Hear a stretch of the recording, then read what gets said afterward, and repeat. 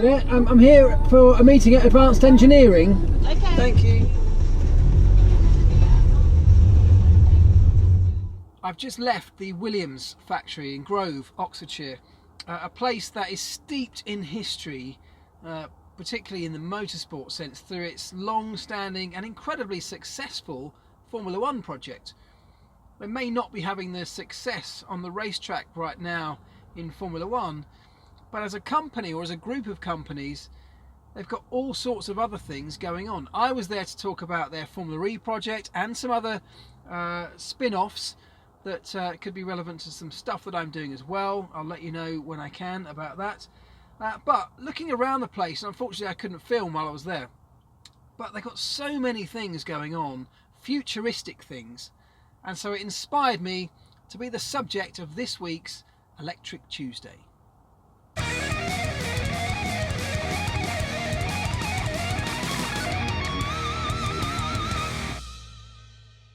Yes, we have a sting for Electric Tuesdays, and once again you lot have blown me away because I didn't do that. That is a massive shout out goes to Joe Muller, who after last week's Electric Tuesday video, when I mentioned in it that I was going to try and find the time to create a little sting, a little short intro sequence, you lot just jumped to action, and more than one of you have said that you are working on and creating a sting. Joe Muller was the first to send one over. That was it. Let me know what you think. I think it's great. I love it.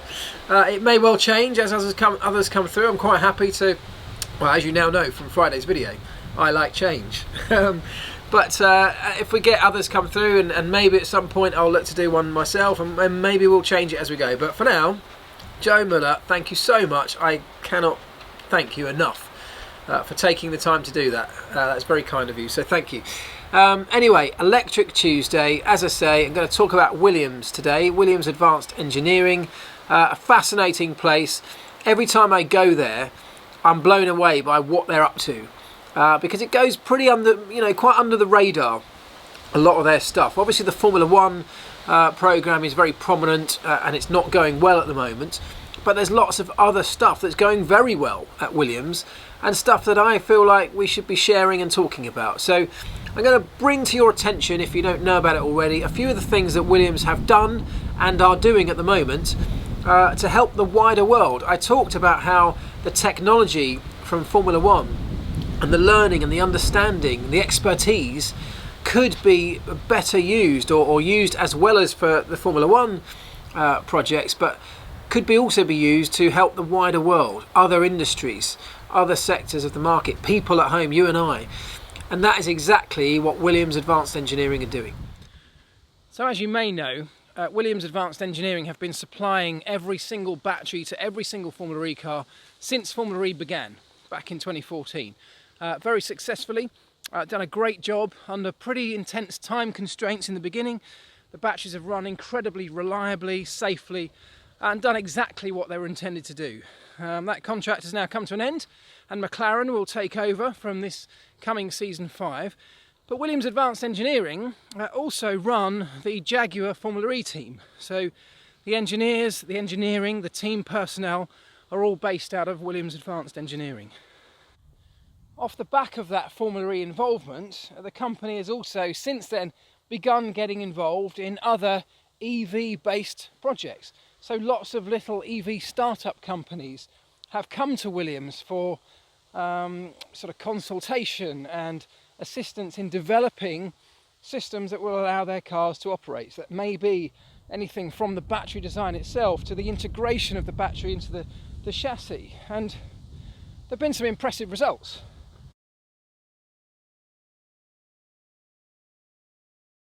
They've used their engineering expertise to make cars for movies.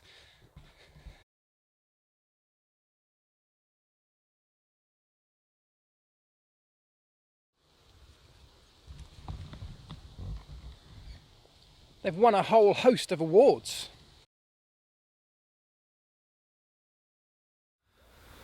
More recently, Williams have put their knowledge and expertise into practice by developing an innovative, lightweight, scalable electric vehicle platform, which is essentially a platform almost like a skateboard type chassis that another manufacturer can come along and input their own parts and their own shell on top of to make the car their own. But it gives manufacturers now, even very small technical startup manufacturers, a platform to build from, which means that the whole process becomes cheaper and easier and much more simplified. It's a really clever idea, and of course within that they've used lots of their expertise in lightweight innovative materials, structural processes, 3D printing, those kind of things, which makes the whole thing very, very lightweight.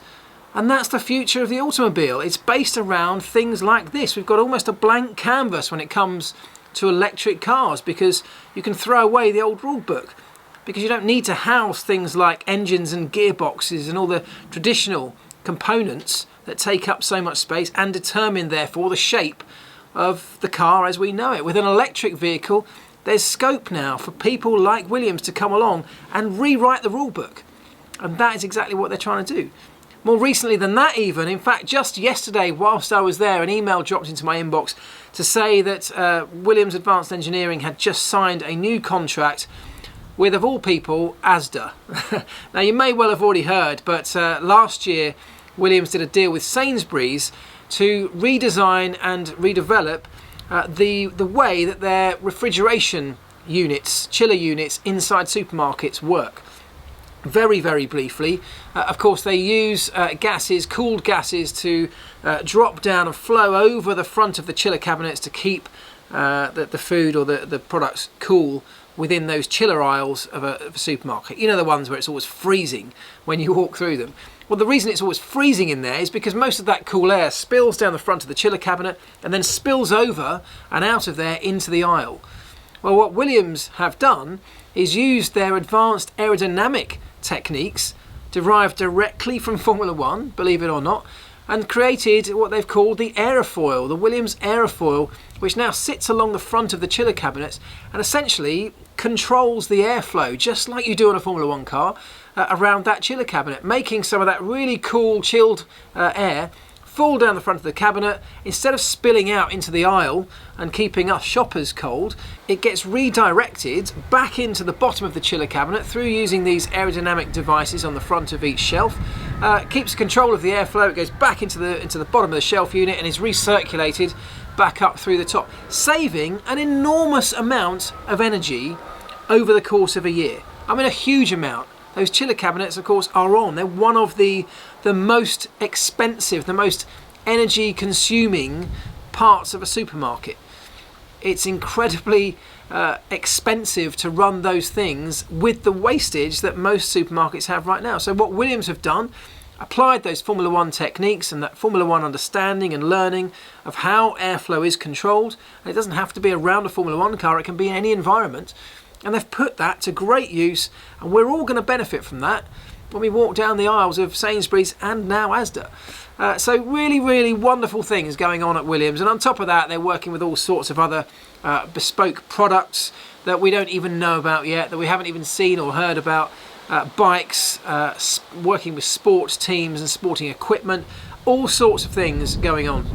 Some of you may well have seen the Singer Porsches, which Williams are part of that process. There were some of them in the factory yesterday, and my goodness, they are a stunning, stunning vehicle.